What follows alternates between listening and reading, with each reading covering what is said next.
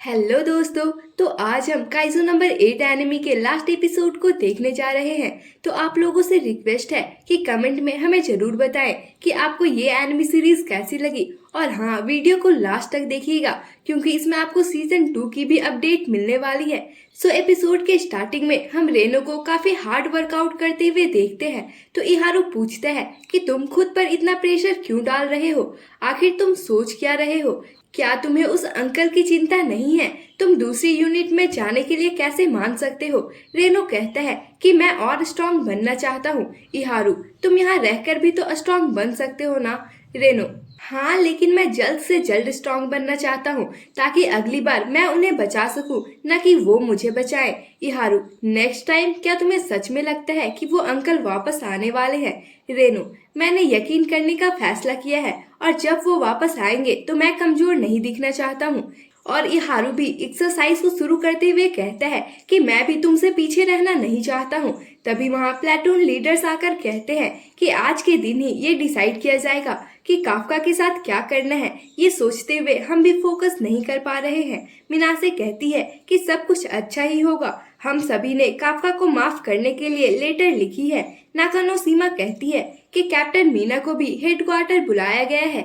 यह सुनकर रेनो थोड़ा हैरान होता है। मीनासे बोलती है कि पक्का कोई गुड न्यूज ही होगी, तभी उन्होंने उसे बुलाया है।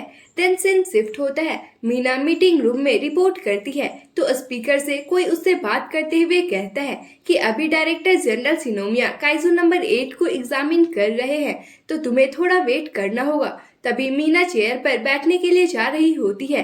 तभी उसे कहा जाता है कि तुम यहाँ सिर्फ ऑब्जर्वर हो, तुम्हारे लिए सीट प्रिपेयर नहीं की गई है। तो मीना वहीं पर खड़ी हो जाती है। देन सीन शिफ्ट होता है और काफका जनरल पर अटैक करने के लिए आगे बढ़ता है। तो किकोरू चिल्लाकर कहती है कि तुम एक इंसान हो काफका हिबिनो, लेकिन काफका नहीं रुकता है। वहीं जनरल उसके अटैक से बचते हुए सोचते हैं कि ये एक एनिमल है, ये कुछ भी नहीं सोच रहा है। तभी काफका खुद को इंजर्ड कर लेता है और अगले ही पल खुद को रिजेनरेट भी कर लेता है। तो जनरल कहते हैं कि ये अपने बॉडी को ये जानते हुए भी डिस्ट्रॉय कर रहा है कि खुद को रिजेनरेट कर सकता है। तभी काफका जनरल पर लगातार अटैक करने लगता है और वो अंदर से खुद को रुकने के लिए भी बोल रहा होता है कि कोरू भी अपने डैड के लिए चिंतित हो जाती है।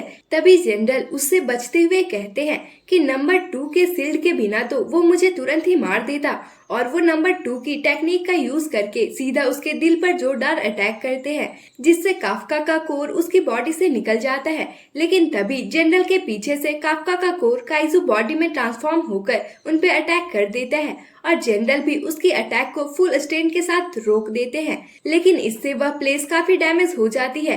तो कंट्रोल रूम के मेंबर्स हैरान होकर बोलते हैं कि शेल्टर के सेकेंड लेयर भी डिस्ट्रॉय हो चुकी है, जबकि हमने उसे 42-10 वाले काइजू के अटैक को भी सहने लायक बनाया था। केजी इतामी कहता है कि इतनी डैमेज तो हम एक्सपेक्ट कर ही सकते हैं, आखिर नंबर 2 और नंबर 8 काइजू के बीच में फाइट हो रही है। किकोरू हैरानी से उन्हें देखते हुए कहती है कि वो इतने पावरफुल काइजू से ऐसे कैसे लड़ सकते हैं। तभी केजी फिर से कहता है कि अजीब बात है, अगर उन्हें उसे मारना होता तो वो इंसानी रूप में ही उसे अपने फर्स्ट अटैक से ही मार दिए होते, लेकिन ऐसा लग रहा है कि वो नंबर 8 को खुद को टेस्ट करने का मौका दे रहे हैं, पता नहीं क्यों।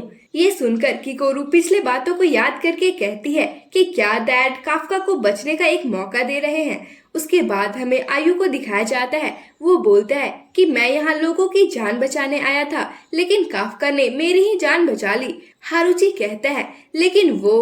तभी आयु फिर से कहता है कि तुम्हें किसी को उसके बैकग्राउंड के बजाय उसके काम को देखकर जज करना चाहिए। हारुची फिर से अपने डैड का नंबर देखते हुए कहता है, हाँ तुम सही कह रहे हो। सीन फिर से शिफ्ट होती है और उनकी फाइट अब भी कंटिन्यू रहती है।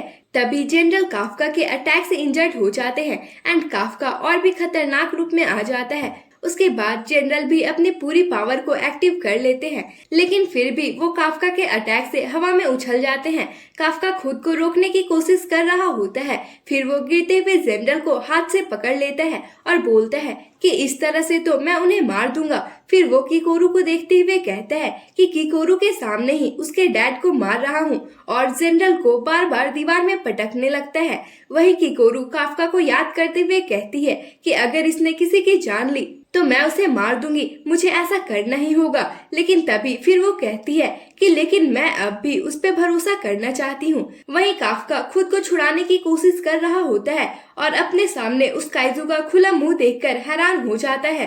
तभी वो काइजू उसे खा लेते हैं और काफ्का के पैर भी कट जाते हैं। वहीं जनरल सोचते हैं कि पहले मुझे कुछ उम्मीद थी, लेकिन अब मैं सब हार गया हूँ। वहीं काफ्का खुद को गहरे पानी में डूबते हुए पाता है। तभी वहाँ एक लाइट आती है और मीना उसका हाथ पकड़ते हुए कहती है कि मैं हमेशा तुम्हारा इंतजार करूंगी। इससे काफ्का की आंख खुल जाती है। तभी वो जनरल पर अटैक करने वाला था, लेकिन खुद को कोर वाले पार्ट में ही इंजर्ड कर देते हैं, जिससे कि कोरू और डायरेक्टर दोनों हैरान हो जाते हैं। काफ्का कहता है मैं काइजू नंबर 8 नहीं हूँ, मैं काफ्का हिबिनो हूँ। फिर वो बेहोश हो जाता है और उसका बॉडी भी नॉर्मल हो जाता है। तभी कोई उस पर अपना वेपन कर देता है तो जनरल कहता है कि नारुमी अपना वेपन दूर रखो।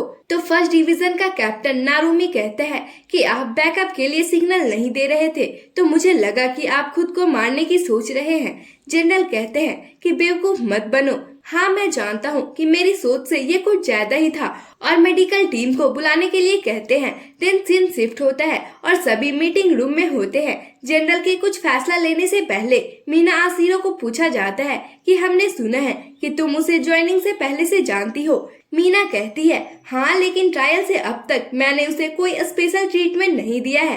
केजी बोलते हैं कि हाँ, इसने एग्जाम में भी उसे फेल कर दिया था, लेकिन वाइस कैप्टन होसीना ने इसे बैकअप के लिए सेलेक्ट किया था।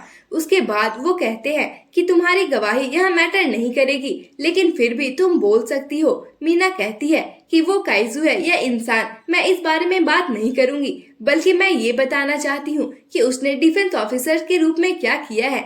उसने सागामिहारा ऑपरेशन के टाइम पर योजुस के रिप्रोडक्टिव सिस्टम को ढूंढ निकाला और उसने कई बार अपने साथियों की जान भी बचाई है, और उसने यूजू बॉम्ब को भी डिस्ट्रॉय करके थर्ड डिवीजन को खत्म होने से बचाया है।